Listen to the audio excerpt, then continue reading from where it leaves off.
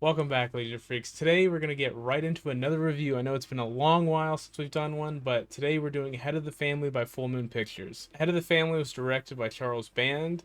I think he won his Robert Talbot for some odd reason for writing and directing, but Charles Band is the original creator of Full Moon Pictures. And let me say, this movie is out there. It is very out there. It is a good movie.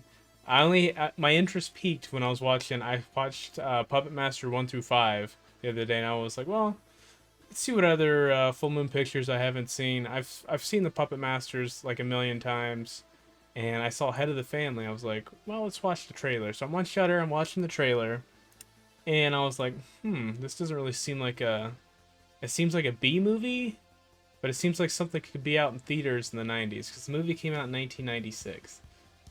And as I'm watching the trailer, I was like, this kind of seems like Texas Chainsaw Massacre if the whole entire family was ran by Grandpa and he had a gigantic head.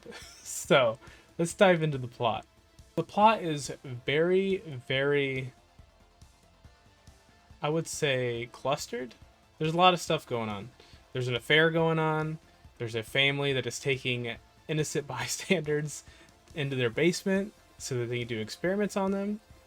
And it's all done by rich quadruplets, with one having a head probably the size of my gaming chair behind me.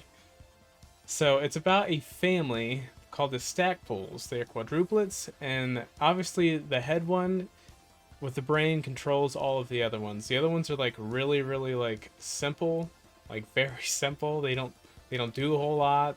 There's only one that talks, and I think one screams later in the movie, and that's it. There's 3 boys and there's 1 girl. And of course, being a Full Moon picture, they make the girl like the sex symbol. Or they have heightened characteristics, I should say. One has heightened senses, where his eyes are gigantic and he can hear really well. One is very strong. Myron, the head of the family, is really smart, so he thinks for all of them and tells them what to do. And then there's the woman that just has sex with people. Basically, anytime she goes around people, they have sex. We're just going to call that the plot. So many things that go on in this movie. Like, I guess you would say the main thing in the plot is there is a giant affair going on between 2 people, and the only reason that they meet the Stackpole family is because they see the Stackpole family take somebody into the house, and basically they think they killed him. So they want the person having an affair's husband gone so they can be together.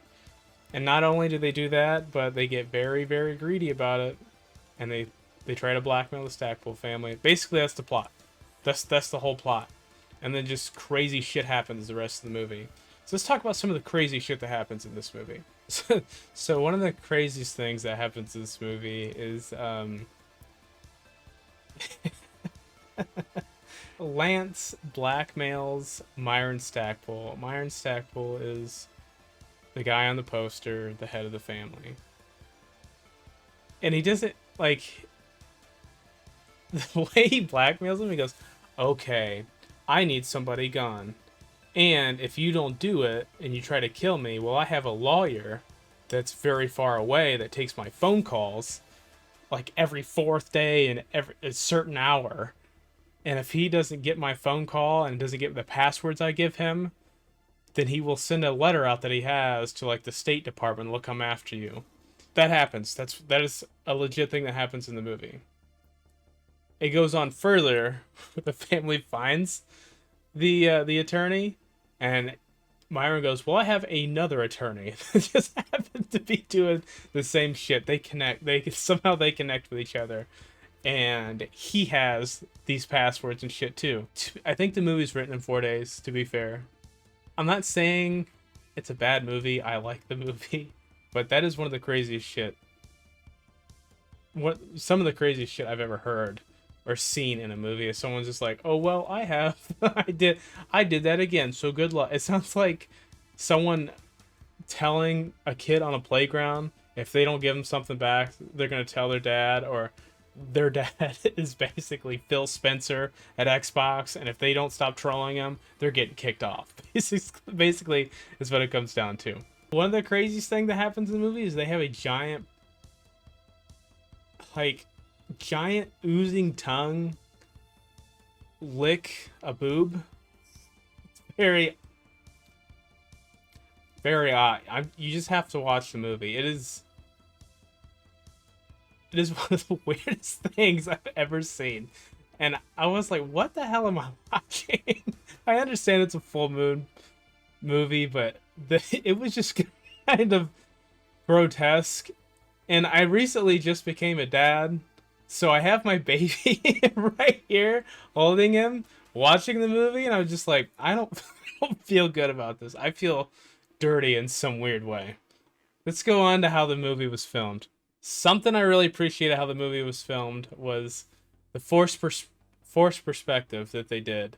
So with Myron's character, they did a really good job of forced perspective, and you could tell back in '96 though, but they had it lined up like pretty well. Like I know some movies, like for example, like Roger Rabbit. That's a big production movie. I know it was made in the '80s, but you could tell when Bob Hoskins is not looking directly at Roger. Like he's looking at Roger, but you can tell that there's nothing there, and he's looking a little bit past. They do a good job of the characters looking at Myron with the forced perspective, because he's clear up here. You've got somebody up here, and you've got someone way back here. So you've got the whole cast way back here, and Myron up here. So when you do the camera angles, he's right here. There we go. He's right here, and the rest of the fam. He's right here, and the rest of the fam are back here. So you have a meet to where it looks like they're almost at the same angle. So they literally just had I can't remember what the actor's name was, to be honest. Let me go back and look. J.W. Para. So they just made his makeup.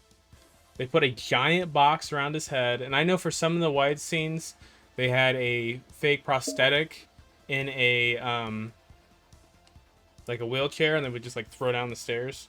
That happens in the movie. But they did a really good job. The makeup looked really good. When I was talking about the tongue scene, the way they filmed the tongue scene, they had a giant prosthetic tongue worked by like 4 dudes, like puppeteers, and with like a lot of KY jelly on top of it to make it look. It's just gross. It's just really gross. What is my final opinion on this short review of the movie? Let's go to that next. Taking everything in consideration, I did enjoy the movie. The dialogue is atrocious. I briefly talked about it, but you can go back, you can watch the movie and you'll see what I'm talking about. But if you can get past all of that and just watch the movie and enjoy it as a B movie from 1996, it's pretty decent. It's kind of like the concept of a weird family like Texas Chainsaw Massacre, except they don't eat people. They do like the small town feel. Like there's one scene where the way they get people in is they just put a gate out in front of a road. If you've been living there your whole life, you would know the road does not turn there. Again, I think it was written and filmed in like 4 days, so it is what it is. But I enjoyed the movie. I would probably out of 10 stars. Okay, so we'll do 2 different scales. A full moon scale out of 10. I would give it a 7.